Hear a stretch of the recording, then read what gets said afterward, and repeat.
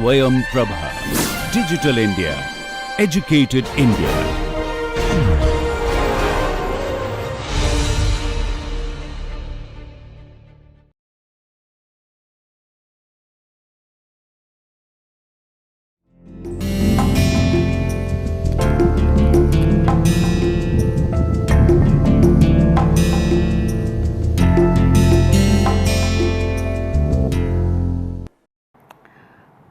Welcome back. We are now on our 7th lecture in this course on international relations. In the first lecture, we've looked at what is the international. We've looked at as to how the international is pretty much the local and it is not something out there. But at this moment, the clothes we wear, the language that we speak in, the objects that we use are all shaped by international forces beyond our national boundaries.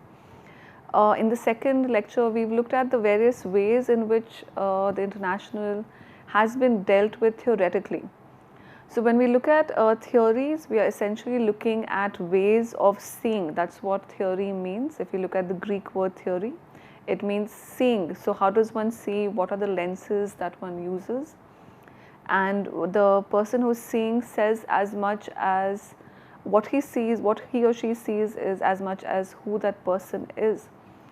In the next 4 lectures rather, we've looked at realism, liberalism, feminism, and the preceding lecture looked at Marxism, and it ended with looking at Robert Cox's intervention in IR with his book in 1981. And in today's class, I'm going to be taking you through critical theory, which has overlaps, which draws from Cox, and it's the relationship between critical theory and Cox is extremely organic, and we're going to see why and how critical theory challenged the very basis, the very foundation of what IR theory is and how it started off and how we see it today. Critical theory is critical, but what does that really mean? What that means is by the 1980s and by the end of the Cold War, which is in 1989 is when the USSR collapses and the bipolar structure, the Cold War ends by 1991. There is a new state, Russia, and for all those decades from the Second World War till the end of the Cold War, the bipolarity of the world gave a certain space for theorists such as Waltz and Mearsheimer, who are realists, to construct their theories, and then suddenly all of that changed. So the period, the context that we are looking at is the 1980s or the 1990s, which is a period of change in multiple ways. It is not just the collapse of the USSR, but there is also civil war, ethnic conflict, ethnic cleansing, and violence is no longer between states, but within a state and people against another. And of course, this has always been the nature of history, but it became apparent. What became apparent was that theories were far from being capable of engaging with these bloody, conflicting issues, and a time had come to question what theory was all about.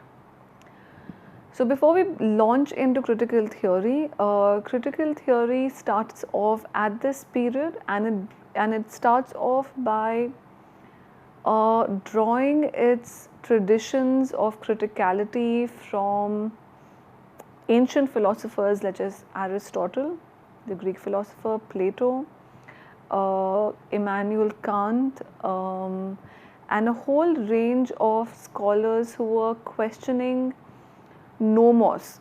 So when we look at ontos, when we look at questions which were pressing these scholars, these were the twin questions of ontology and epistemology. And what that means is that both these questions asked who are we, and that is the question of ontology, which is the study of the being, which looks within who are we when we are engaging with the world. That is the question of ontology. So ontology means the constitution of a thing. What goes into making a being is the question of ontos or ontology. And the second question which pressed them was the question of epistemology. And epistemology is, how do we know what we know? If the knowledge, the information that I have today, what is the medium of it? Have I read it off Wikipedia? Have I spent years in a library? Even if it is in a library, who has published those books that got there? What is the reason why those books exist and others haven't been able to be written? So epistemology is the politics of knowledge, the language that we speak, the manner in which we express that, the means of communication. And what is interesting is that these scholars at this time were placing a mirror in front of themselves and asking, who are we and what is our task? And therefore, we add a third word to this critical theory, and that is the question of emancipation. So emancipation means a freedom from constraint. And over here I could quote Andrew Linklater, who we will be looking at in greater detail subsequently in the class, as to freedom is defined as the ability to take action without constraint. Another scholar would define it as the ability to move forward, not to be constrained by distorted ideas of domination, to recognize domination in all its forms. And these three concerns, ontology, epistemology and emancipation, were the forces which began this third debate, as it is called, within IR. And this third debate was transformatory in intention. It intended to transform, to reject, and finally see themselves for who they were. So to start off, to quote Richard Rorty, let's start things from the beginning, the way things are. A whole bunch of scholars at this time, I could name a few, Richard Ashley, Robert Cox, Richard Davidic, Kristen Drew Smith, Kimberly Hutchings, began looking backwards and looking into and excavating the project of enlightenment. So let's just look at these two words that before proceeding. The first is excavating and the second is enlightenment. Now the term excavating is usually applied to archaeologists who are unraveling the past by looking at certain objects, like digging into the earth and removing the grime and looking at what the truth is and trying to find out authentic historical material. So these scholars were committed to challenge of excavating the past, which is that they were thoroughly dissatisfied with the point where they were, and they were trying to find a linear route to the past, to excavate it, and they were looking for what the enlightenment stood for. Now the word enlightenment here is used with a capital E. The term enlightenment is used as a term to cover the wide changes in mindset, in attitude, in ways of seeing, which occurred in the 15th and 16th century in Europe. And of course, we know of Immanuel Kant's famous question, what is enlightenment, which he incidentally wrote for essay competition, what is enlightenment? And he argued that enlightenment is freedom of the mind when you unshackle it from superstition and religious mores is what enlightenment is. So the term that they're looking at is enlightenment, and there is a solid reason for that. The time that they're living in is a time which is of political chaos. The world is still coming to terms with the end of the Cold War and the violent disruption. So ironically, the Cold War was celebrated as a period of the long peace. Of course, it was for the long peace for people living in the West, but there were bloody conflicts across the world during the Cold War. But the point over here is that these scholars stop, look at each other and turn around and look for transformation, transformative philosophy by looking at the past, and they're looking at the Enlightenment specifically. Now, why do they look at the Enlightenment specifically? Is because within European thought, the Enlightenment is seen as a great period of breaking away from the shackles of the church. We are reminded of the great dialogue between, the great polemic between Galileo and the church about the church's inability to change with the new scientific revelations about the sun being at the center of the universe and not the earth, and the movement of the stars and the moon. So the Enlightenment bore fruit. It bore fruit because they unshackled themselves from superstition and religion and could move forward. So in many ways, these scholars are looking for emancipation, and emancipation means freedom, and they're also questioning freedom from what. So a whole host of them start off on this project by looking at the very foundations of international relations itself. So we're going to see why and how they do it. The why we've just looked at, we're going to see how they do it. And we're going to start off by looking at Andrew Linklater's text, Men and Citizens, which was published in 1992. And this is a work which, this is a year which also is also the year when Alexander Wendt publishes his text, again a celebrated text within critical theory for a theory called constructivism.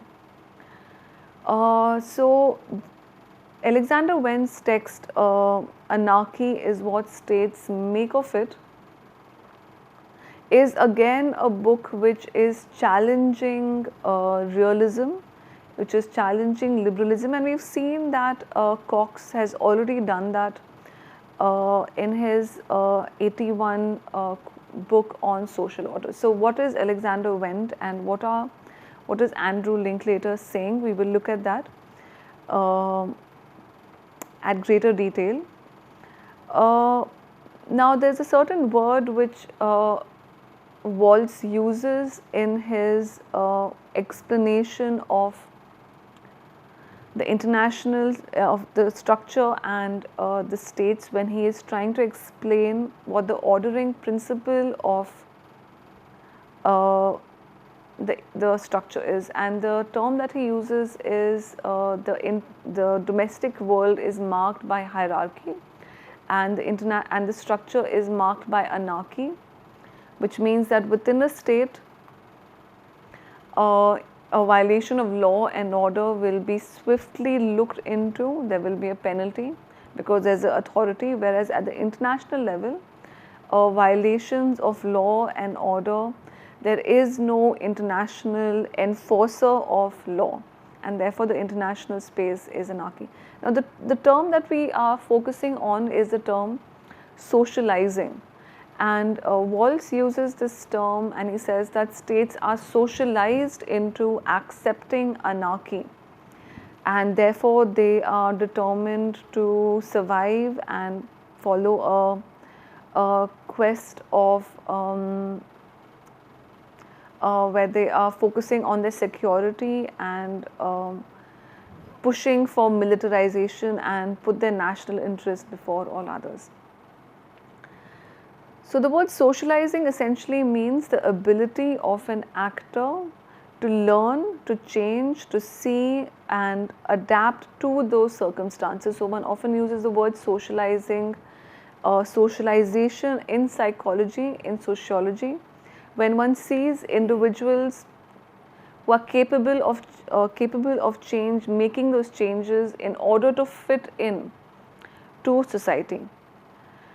Cox similarly uses the word social orders, and he outlines as to how Walls does not allow states to socialize in any other way. He limits the possibility of socialization.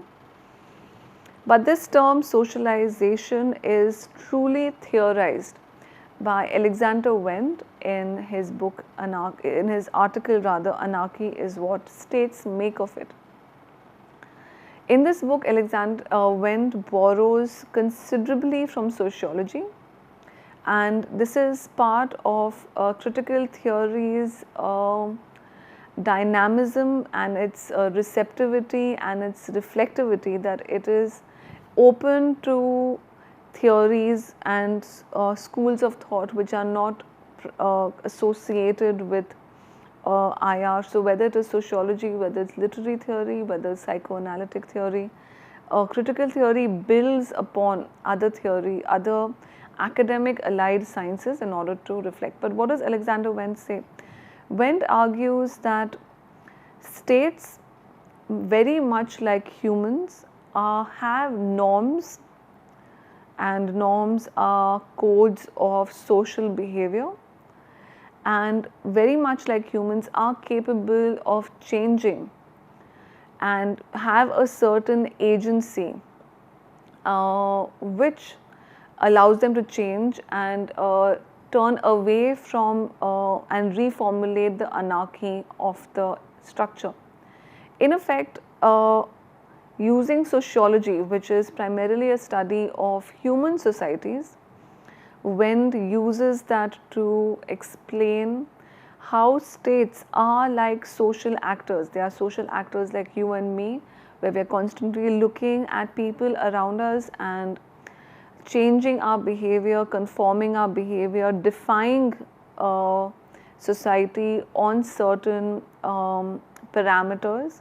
And similarly, states are similarly capable of following their ontos and reformulating their ontology, which means that their being, returning to the word that we started off with, their being is not cast in stone, it is not permanent, it is not final, but states can engineer and change and maneuver their norms, behaviors and expectations and change anarchy. In effect, Wendt is arguing that anarchy is not final. It can indeed be changed if we allow states to have that agency to change it. What we can see so far is that there is a focus on this word socialization, norms, behavior and attitudes, and we can see as to how critical theory borrows from sociology, and sociology looks at people, how people behave, their understanding, their attitudes, and one can see how Wendt is using that in his theory of constructivism. And constructivism is often positioned as the sociological turn in IR theory, which means that IR theory is, you can imagine it as a road which is taking many turns, and one turn is towards sociology. And Wendt demonstrates the richness which sociology can bring to it. And of course, a major criticism of Wendt was that he imbibes and works around the structure and the units, which is what the structural realism which Wendt had in place, which also bolsters the authority and the canonization of Walls itself. But nonetheless, Wendt's intervention opens a huge array of possibilities for IR study, because it brings in socialization. It looks at how certain states form a social identity. The classic example being of Japan, which was humiliated and at the end of the Second World War, its constitution was written by America, and its identity from a militaristic, aggressive state has transformed. So in many ways, Wendt was pointing out that states are like people, and if people can change, have the ability to change with norms and behavior, so can states. And again, this is very much part of critical theory, and critical theory is questioning ontology, raising questions of ontology, examining themselves, who they are. They're questioning epistemology, how do we know what we know, and also this is all along a quest of emancipation, right? So these are scholars, I've mentioned a few, Richard Ashley, Rio Smith, who are looking at questions afresh, questions about areas which have been so naturalized that it had become almost meaningless to question them. So Kristen Ruiz Smith looks at international law. Now, law is a space which practitioners would argue has no room for questioning the reason of the law itself. But Kristen Ruiz Smith looks at law, international laws, differently. Frederick Tocqueville looks at norms and behavior during the Cold War.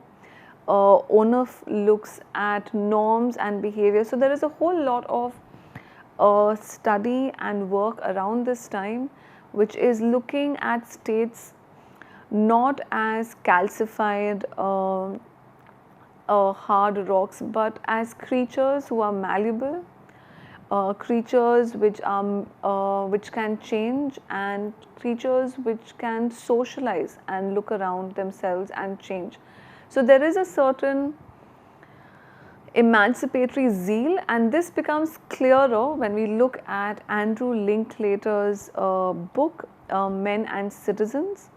And this book is important because it also brings to the forefront the homogeneity of the Western white world writing on IR authoritatively. So when we imagine international relations as the discipline, we must imagine a closed room when it was established in 1919 of victor states who set up this study. And as the years pass, the room has widened, and the number of people conversing in that room have also increased, their diversity representing the global diversity of post-colonial states, of newly emerging economies and developing countries, and a greater concern for ethics and justice. And Andrew Linklater does just that. So in his text, Men and Citizens, he draws our attention to the exclusionary nature of the sovereign state. So critical theory challenges the basic units of what we consider IR, and Andrew Linklater does that by looking at the state itself and looking at who do we consider a citizen at a global level. And in this book, he returns to the first theoretician of citizenship, and that would be Plato. And Plato is one of the earliest thinkers to outline who a citizen is extremely clearly. Critical theorists were committed to not only emancipation, but also reflecting upon how they had reached where they had reached. What one means by that is that they were committed to reflecting upon the Western world's history of injustice, of discrimination, and Andrew Linklater takes this up in his 3 tomes, the first being Men and Citizens, the second being Beyond Realism and Marxism, and the third being a book which is concerned with the notion of cosmopolitanism. So we're going to start off with the first book, and just to remind ourselves that critical theory is committed to emancipation. It is committed to emancipation by looking at the injustices brought about by the Western world and by identifying built-in pathologies, which means that it is taking on a closer, minute look at the discriminations, the inequalities, the iniquities upon which its own philosophy has been built, and therefore a whole host of these writers borrowed and relied upon critical philosophers such as Wittgenstein or Hans Gadamer, where they were determined to look for the truth in its unadulterated form. But getting back to Linklater starts off by looking at Men and Citizens, and that's an interesting title and indicative of what the book is about. Men and Citizens looks at the classic distinction held between those who belong within a state, that is citizens, and those who don't. And going back in the long tradition on this, we start with Plato, and to Plato it was extremely clear in his mind that a citizen is a man, a citizen is a Athenian, and a citizen is one who belongs in the polis, or the place where rules are made, where debates are being held, and that is the sphere of equality. So the sphere of equality is by definition on the outside, and in turn the home, the inside, is one of inequality, because it is here that the women and slaves work and produce that which is ready for the citizens. So women and slaves are not considered citizens, whereas the male Athenian is also, he owns property and has a stake in the city. And to Plato's mind, this was not an ethical concern at all. In fact, it made matters clear that the person who is articulate, who is intelligent, who has property, who has a certain telos, is the person who frames laws and rules. Now, Linklater is concerned about this invisible form of exclusion of women and slaves. Women and slaves are symbolic of those who do not belong, who are immigrants by nature, who can be shuffled and shunted about easily across borders, and that is what the slave trade did in the 16th, 17th and 18th century. And he is concerned with identifying the ways in which people are excluded from being citizens. So over here, Linklater's concern is with citizenship as a bounded community. And we see reflections of this in Immanuel Kant's book Perpetual Peace, where he imagines a community of states who are committed to liberalism and form a union against those who are not. So Linklater is drawing our attention to the fact that there has always been a us and there's always been a them. There's a us and a them, and what is that boundary based on? Is it based on race? Is it based on economic rights? Is it based on wealth? Is it based on material capabilities? And Linklater champions identifying those modes of exclusion and questioning universalism in its truest form. So over here he points out that Western philosophy has always championed a particular society, celebrated it, but it has been bounded, and it is the time then to move away from that bounded nature and embrace universalism and citizenship in its truth form. Of course, these are ethical ideals, and let's remember that this is the time that the European Union was taking shape, and it is also a time when migratory laws are being codified, have been codified in these countries. The ability of an immigrant to move from a country to another and gain citizenship is the politics that Andrew Linklater is dwelling upon.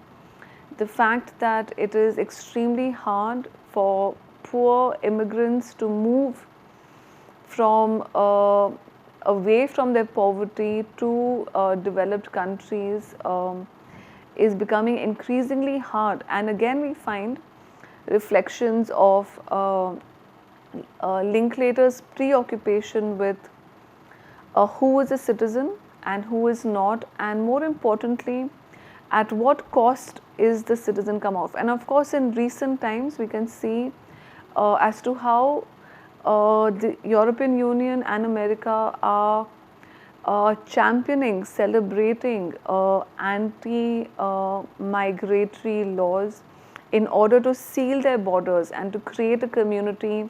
And we can link Linklater's book with this entire politics of global migration, where certain groups of people who are pedigreed, educated, degreed, find it easier to move across boundaries, and correspondingly people who are semi-skilled or whose skills are primarily manual find it extremely hard to make use of these, make advantage of globalization and move from one part to another. So the first thing that Linklater is doing is questioning the notion of community. He's also questioning the championing of Western ideals of liberty, progress, because it is meaningless to a wide section of humanity. It is limited to a particular people, and of course he is drawing our attention to that. So that is the first emancipatory, excavatory challenge that Linklater takes upon. The second is, the second undoing that critical theorists do is to look at the basic unit of the international order itself, and that is the modern state. Now, the emergence of the nation state, as we know it, is often linked to Westphalia. Now, that is historically accurate as well as part of IR mythology. A lot of critical theorists have questioned the valorization of Westphalia, but a little bit of Westphalia before we get there. Westphalia is often seen as the moment when the birth of an absolute state arrives, which is a state with all four components, which is a clearly defined boundary, a population, a government, and order within it constitutes a state. And Westphalia is heralded as the start of the modern state system. Now, the modern state system is often in contrast with the empire. The empire is widely flung out, its boundaries are fuzzy, constantly changing. the power is centralized in one center, and often there are outposts of that power. But the coming of the modern state in 1648 is seen as the start of states as the unit. And we also know that from that time onwards, there was a spate of nationalism which changed the way in which people engaged with the territory and their state. Westphalia takes place in 1648, the Treaty of Westphalia rather, which is signed at the end of the 30 Years' War from 1618 to 1648. And in the next century, there are two revolutions which again tell us about the way in which people engage with territory and the emergence of nationalism. So 1776, the American Revolution, 1789, the French Revolution, and between this is the formation, and in the subsequent centuries, the formation of Italy and Germany. And both the formation of Italy and Germany in 1871 and 1891 respectively remind us as to the forces which allow a state to define its boundaries, and the emergence of nationalism as a relationship of a people with its territory. It is also this period that people speak of their mother nation or their father nation, and there is this primordial relationship compared with a parent and a child that swings into place and allows for this mammoth transformation of the map of Europe. So, a very interesting exercise is to look at the rapidly changing map of Europe from the 18th to the 20th century, where one sees the coagulation, one sees the concretization of these states and clearly demarcated boundaries, and of course that is the start of nationalism. But it is this which is tackled by Linklater in his question of Westphalia as a bounded state which excludes some, includes others, and is extremely powerful in regulating migration and the movement of people. Again, this is a time when the EU, the European Union, is forming a supranational identity. It is coming together as a union of European states, Western European states, where migration is easy within, but migration to the EU is becoming increasingly hard. And one can see as to how Linklater's question is to do with the emancipation of the individual. He is questioning the universalization of human rights. He is questioning the celebration of cosmopolitanism, and he is also drawing attention to the fact that Western philosophers have celebrated cosmopolitanism without looking into the cost of that celebration. Very succinctly, he is looking into how politics of globalization of the community and of the citizen are politics where people are excluded, and a very small homogeneous identity is celebrated as the citizen, and he is pointing that out about the self in a self-critical way of Western democracies. What critical theorists essentially are doing then is that they are unraveling questioning assumptions made about their own, the glorification of their own values, progress, and highlighting as to how far away they are from achieving it by looking at it from a very global perspective. So, when one looks at critical theorists, one is looking at a set of thinkers, and one attaches feminists, constructivists, postmoderns, Marxists to to critical theorists, because in many ways they have a common project, and that common project is that of emancipation, of epistemology, and of ontology, and of questioning the way in which we view the world. Right, so before moving on, let's just recapitulate where we have gotten so far. We have looked at as to how critical theory bursts by outlining the limitations of realism and liberalism. It is a term for a wide assortment of theorists who are questioning how we see the world and the assumptions we make when we see it.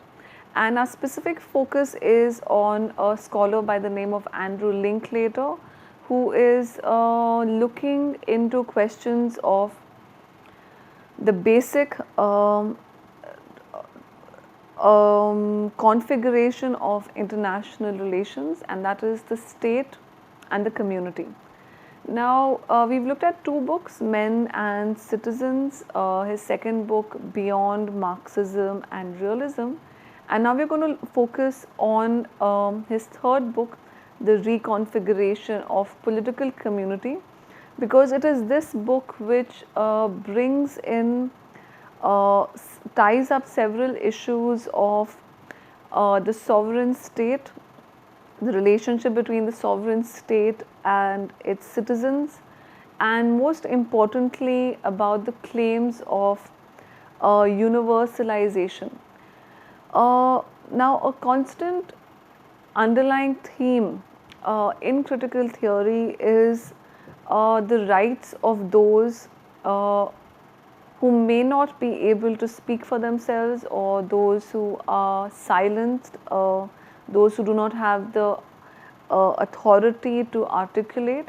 And it is here that several other critical theorists step in and bring in the term discourse. So the word discourse here means the space open for people to step in and articulate their needs, their thoughts, their perspectives, but there has to be a certain space in order to be able to do that. But nonetheless, there is, as Jürgen Habermas would say, there is a certain need for discourse ethics.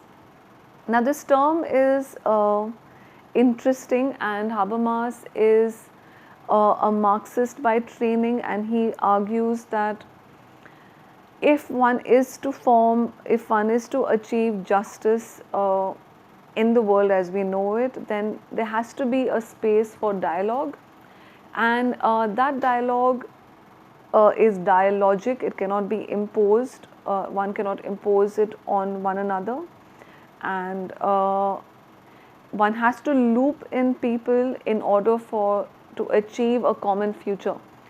Now, Habermas's ideas are very different from Linklater's, but they center upon the core notion that people have a right to frame their future, and Linklater, of course, is discussing it from a point of view of universalizing certain forms of justice, equality, and rights, and achieving true cosmopolitanism. And why is Linklater arguing that? Linklater is arguing for a universalization of rights and equalities, because it is also this time that communitarians, make the argument that certain communities have a right to close themselves to the world outside and to remain within their world on the basis of their religious or social practices. So Linklater's concern is not just with emancipation, it is not just with questions of equality, it is not just on the basis of questioning citizenship, but fundamentally he is looking at the right of people to make and frame their own decisions, and therefore he distinguishes between thick cosmopolitanism and thin cosmopolitanism. And thick cosmopolitanism is where individuals who are part of that cosmos truly have the right to frame those laws and rules together, whereas thin cosmopolitanism does not allow that.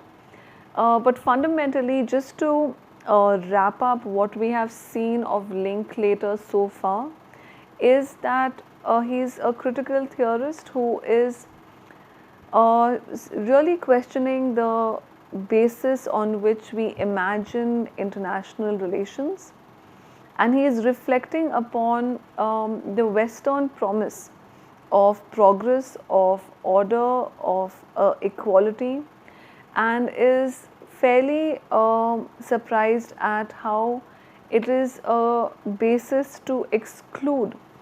And of course, the dialogue that he is talking about refers to the communitarians, and the communitarians are a part of political theory who argue that the community's rights precedes the individual, which means that on questions which concern the community, it is those shared values which have a precedence over the individual.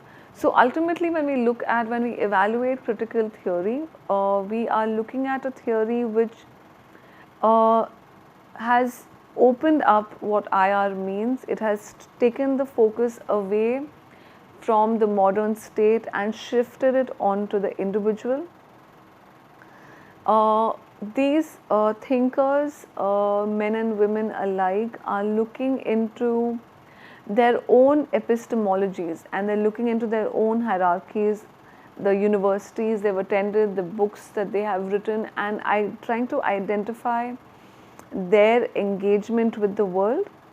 And all of them belong to a perspective which is Marxist to the degree when they argue that the philosophers have tried to interpret the world. The point, however, is to change it, and these scholars are committed to transforming the world in by questioning the basis on which it is organized.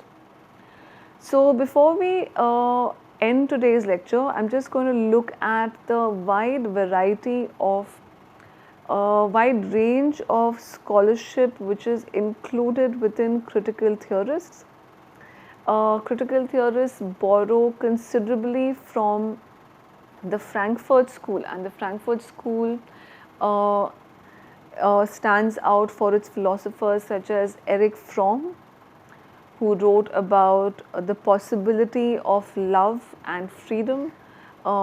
It also includes Adorno, Horkheimer, and these were scholars who looked at what is called immanent critique, which is developing a critique, developing a set of critical questions from the existing structure and build upon it. So critical theorists are reflecting, they are self-reflectivists, they are looking in within, they are introspecting, and they are also trying to come to terms with the poverty of liberal and realist theory. So, but before we end today's lecture, I just want to go through the core concepts of critical theory once more. Critical theory borrows considerably from postmodernism, from Marxism, from rationalism, from the Frankfurt School, from Marxism, and it positions itself as a theory which is questioning ontology, epistemology, and the nature of emancipation. The first one, Alexander Wendt, looks at states as social actors and questions the possibility of states socializing themselves under the aegis of anarchy, and argues that just like humans, states too are social actors and can adapt to norms and attune their behavior differently. Again, constructivism is a major critique of realism and is pointing to the hollowness of realisms and its inability to engage with social change. That's the first. The second is Marxist theory. Robert Cox argues that there are two kinds of theories, problem solving and critical theory. Problem solving theory stands within the world and is part of it. It is ahistorical. However, critical theory brings in history and loops it to the present condition. So, in many ways, critical theorists are aware of the violence of colonialism, upon which Western states have now sophisticated arguments of liberalism. They know that liberalism rested upon the exploitation from on British imperialism, American imperialism, and yet they turn away from engaging with those issues.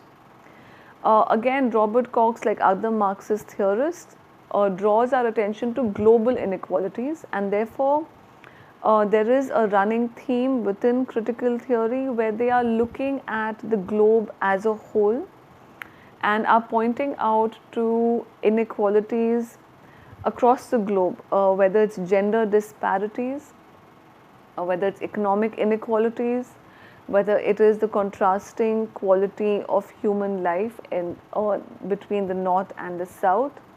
And there is a moral indignation at the fate of former colonies and the absolute lack of responsibility and obligation of the developed world. And then we come to the third aspect of that, which is shared by a number of critical theorists.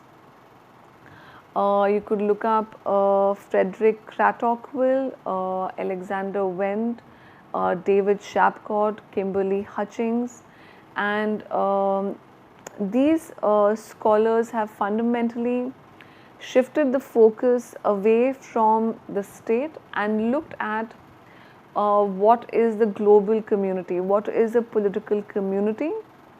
And it is here that Andrew Linklater's book is extremely influential, because it looks into how communities have traditionally been designed on the basis of exclusion.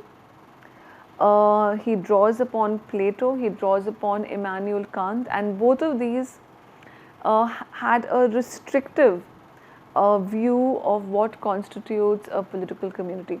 So, in many ways, with the change in with the pace of globalization and the change in technology,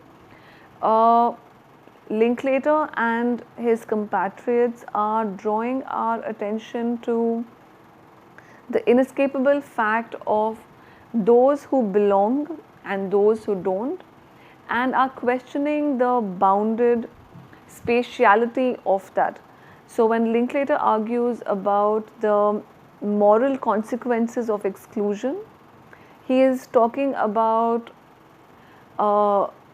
migratory migrant workers, he is talking about people moving across borders for a better life, and the the walls which they find themselves facing when they try to breach those walls. And of course, we know that in America, President Trump has championed the building of a wall, and of course, walls here are symbolic of the difficulties in international migration. Finally, we come to feminist theory. Feminist theory is perhaps that theory which looks within and looks at male domination and patriarchy and the legitimate authority men have over women, and they look at it at an international basis. And again, much like Marxist theory, feminist theory is also guided by a zeal, by indignation, by which they hope to transform global politics. But by identifying this primary and very basic assumption of male prerogative over the female, and by classifying it and by drawing our attention to it, feminists have broken away from the three images which Waltz had spoken of. So when we look back at the several theories that we have seen, one can see that theories in IR are conflicted, they are competitive, they are rival theories, but there also are heavy overlaps between them. And we end today's lecture by questioning the utility of Waltz's three images and whether it is relevant anymore to divide the world into man, state and the system. Critical theory, Marxist theory, liberalism and realism point as to how theories are fundamentally artificial boundaries, and every theorist, every scholar, every practitioner, every student must be able to recognize both the limitations, the assumptions and the promises which each theory offers. And while reading a theory, one must look at the author as much as the text in order to have a fuller understanding of the scope and purpose of their inquiry. So with this we come to an end with critical theory, and in the subsequent class we will be looking at another aspect of international relations to look at it with greater examination. Thank you.